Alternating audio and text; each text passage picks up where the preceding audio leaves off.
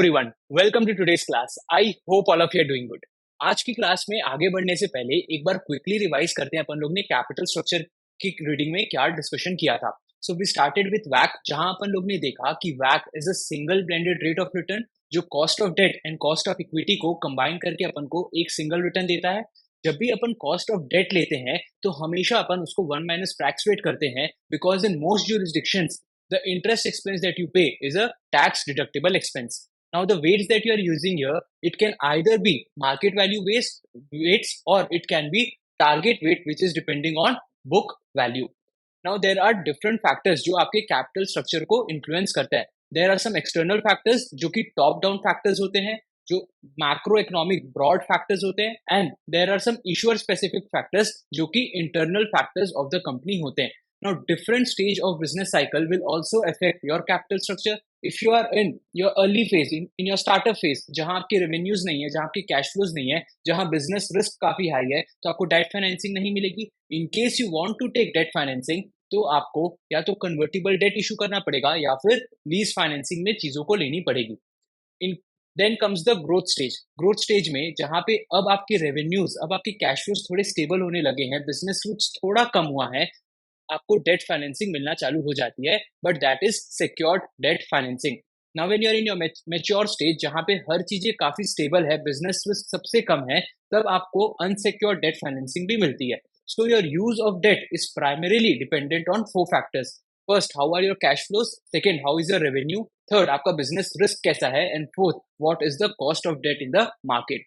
Now different business model will have different capital requirement. अगर आप एक बहुत ज्यादा कैपिटल इंटेंसिव बिजनेस में हो, तब आपका कैपिटल रिक्वायरमेंट बहुत हाई होगा. Your capex to sales ratio will be high, your asset to turnover ratio will be low.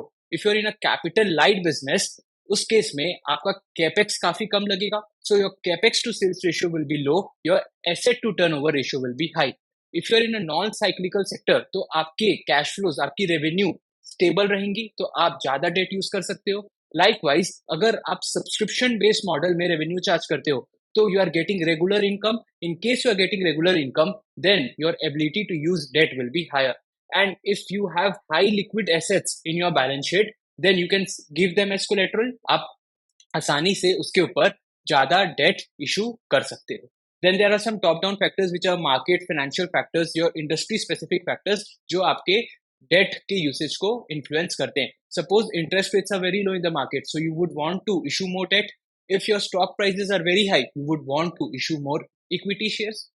Then comes issuer specific factor. अगर आपके बिजनेस में ऑपरेटिंग लेवरेज बहुत हाई है, मतलब fixed cost as a proportion of total cost is very high, then your ability to serve debt will be low, because आपके cash flows उतने stable नहीं होंगे, आपकी profitability उतनी stable नहीं होगी. In case your financial leverage is very high, your debt to equity ratio is already high, आपने already काफी बहुत debt issue कर रखा है, then your ability to take new debt will be low. In case your interest coverage ratio is high, आप काफी times income कमाते हैं as compared to your interest, in that case your ability to raise debt will be high. And if the quality of your assets are high, जो अपन लोग ने देखा, let's say you have gold in your balance sheet, you can easily use it as your collateral and raise debt on it. Then we discussed about some capital structure theories, जहाँ पे अपन लोग ने start किया था मॉडिग्लानी Miller proposition 1 से, which assumes no taxes and it says कि भाई आपका कैपिटल स्ट्रक्चर जो है वो irrelevant हो जाता है, when we are calculating the value of the firm. But ये 5 assumptions लेता है. सबसे पहला assumption, homogeneous expectation. You, me and every other investor will have same expectations from the company. सबको यही लगता है कि भाई ये कंपनी इतना ही कैश फ्लोस कमा पाएगी. Second, the markets are perfectly competitive. इसका मतलब there are no transaction costs, there are no information costs, there are no bankruptcy cost. Third, markets are risk free. जो भी borrowing होगी, जो भी lending होगी, वो सब risk free interest rate में होगी. Fourth, there are no agency cost. मतलब जो आपके agents हैं, जो आपके board of directors हैं, जो आपके managers हैं, they will act in the best interest of the shareholders. And last, independent decisions. Your operating decisions are independent of your financing decisions. इसका मतलब जो आपका operating cash flow आएगा, that will not depend on how you have raised your finance. अगर आप 70 rupees equity से raise करते हैं, 30 rupees debt से raise करते हैं, जितना आप ऑपरेटिंग अर्निंग कमाएंगे that will be equal to in case you have raised money 30 rupees from equity and 70 rupees from debt. So either you are 100% equity finance, 70% equity finance, 50% equity finance, or 30% equity finance, or 0% equity finance. In all cases, the value of the firm will be the same. The capital structure will not affect the value of the firm. Then we discussed about MM proposition 2. ये भी without taxes का assumption है, but ये बोलता है कि आपका capital structure आपकी overall weighted average cost of capital को affect नहीं करता है. Whatever capital structure you use, your WACC will remain constant. But sir अपन लोग ने तो पढ़ा था कि जो डेट है वो तो चीपर सोर्स ऑफ फंडिंग है. मतलब अगर मैं ज्यादा डेट यूज करूंगा तो मैं अपने कॉस्ट ऑफ कैपिटल को कम कर सकता हूँ. Then why it is not, why the WACC is not coming down, why it is constant. तो ये बोलता है कि जैसे जैसे आप लेवरेज को बढ़ाते हैं अपने बिजनेस में, आप अपने कॉस्ट ऑफ डेट को तो कम कर रहे हैं. आप एक सोर्स ऑफ कैपिटल का कॉस्ट तो कम कर रहे हैं, बट आपका दूसरा सोर्स ऑफ कैपिटल जो है, जो आपका इक्विटी है, उसका कॉस्ट बढ़ जाता है. Because now equity investors are perceiving your business as a high risk business and thereby they require a higher rate of return. तो जो भी आप सेविंग्स करते हो from using a cheaper source of capital that is debt is exactly offset by increase in the cost of equity, by increase in the cost of equity. फिर अपन लोग ने ये फॉर्मूला डिस्कस किया था जहां पे अपन लोग ने देखा कि जैसे जैसे हम डेट को इशू करते हैं हमारा कॉस्ट ऑफ इक्विटी कैसे बढ़ता है. So your new cost of equity will be equal to the cost of equity had there been no debt, that is R0 plus R0 minus RD into your debt to equity ratio. Remember, this is a debt to equity ratio and not the weight of debt in your capital structure. Weight of debt in your capital structure होता तो debt upon total capital होता, but denominator में यहाँ total capital नहीं है, it is equity. So D by E. फिर अपन लोग ने देखा था कि भाई रियल लाइफ में तो ऐसा नहीं होगा कि there will be no taxes, there are taxes in practical life. तो उस केस में हाउ थिंग्स मूव. तो एमएम बोलता है कि भाई अगर टैक्सेस है देन इन दैट केस आप जितना ज्यादा डेट इशू करोगे उतना ज्यादा आपको टैक्स सेविंग्स होगा on the interest that you are paying and your value of the firm will increase. So value of levered firm मतलब वो फर्म जो डेट इशू करती है will be more than the value of unlevered firm, मतलब वो firm जो date issue नहीं करती है, by the amount of tax shield. अब ये tax shield कैसे कैलकुलेट करते हैं? We do it by multiplying tax rate into the amount of debt that I have used in the capital structure. You can see in the formula here, the value of levered firm is equal to value of unlevered firm plus the tax shield that we get. फिर अपन लोग ने यहाँ देखा कि जैसे जैसे आप अपने डेट को बढ़ाते हैं, मतलब your debt to equity ratio is increasing, your WACC is going down, your WACC is going down.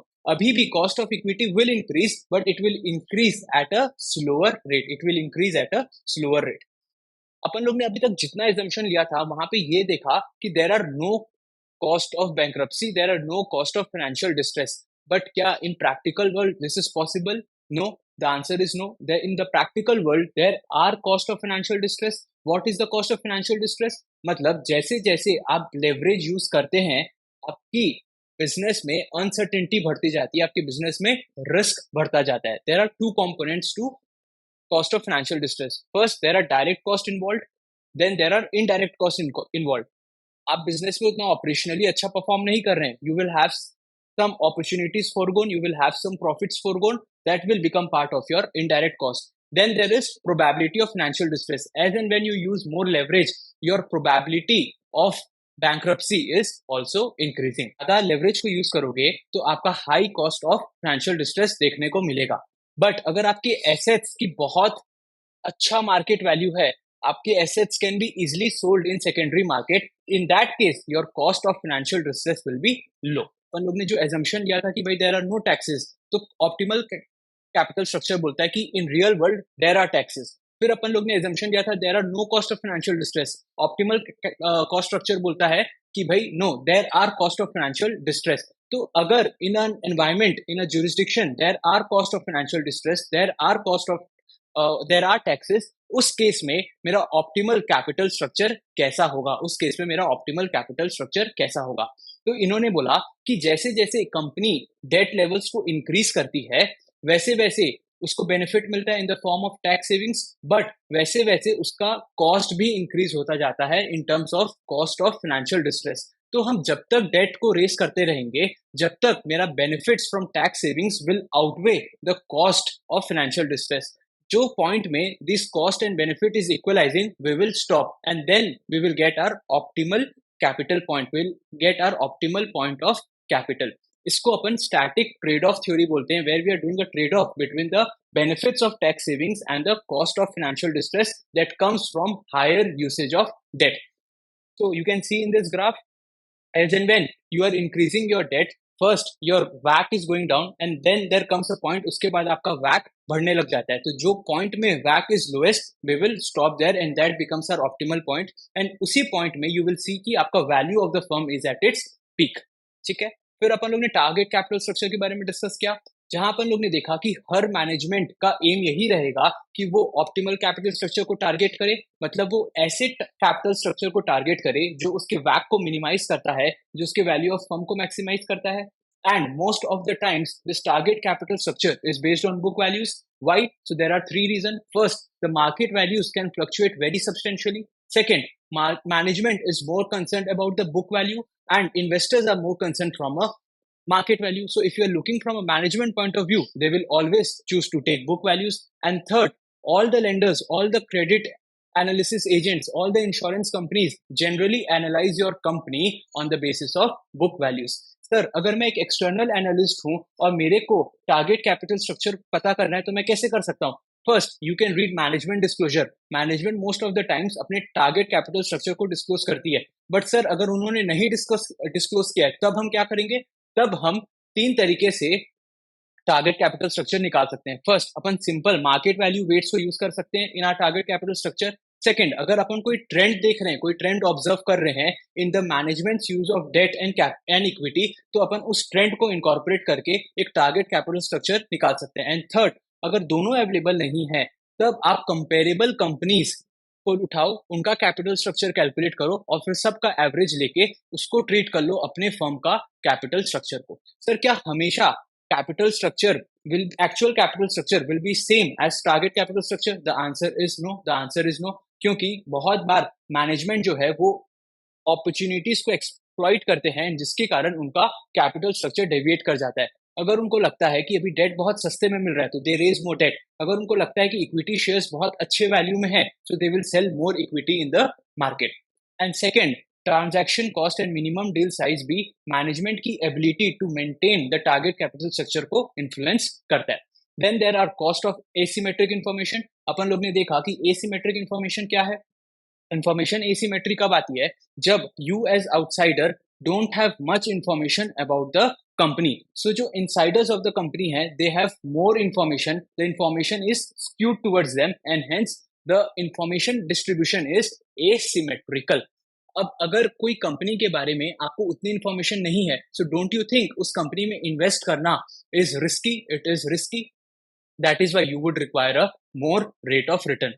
क्योंकि अपन को कंपनी के बारे में उतनी इन्फॉर्मेशन नहीं मिलती है तो मैनेजमेंट जो भी एक्शंस लेता है अपन उसको क्लोजली ऑब्जर्व करते हैं. सर, एग्जांपल दो. जैसे अगर मैनेजमेंट आके इक्विटी शेयर्स इशू कर रहा है तो अपन ये एज्यूम करते हैं कि भाई management believes equity shares are priced, are over valued या फिर दे आर प्राइस्ड करेक्टली. अगर मैनेजमेंट आके डेट इशू कर रहा है तो अपन ये एज्यूम करते हैं कि मैनेजमेंट का बिलीफ है कंपनी की service ability to debt has increased. Company को आगे फ्यूचर में कैश फ्लोज दिख रहे हैं, प्रॉफिट्स दिख रहे हैं, जिसके कारण their ability to serve debt has increased. फिर जितना ज्यादा आपके कैपिटल स्ट्रक्चर में इक्विटी का यूज होता है उतना ज्यादा कॉस्ट ऑफ इंफॉर्मेशन एसिमेट्री बढ़ता जाता है.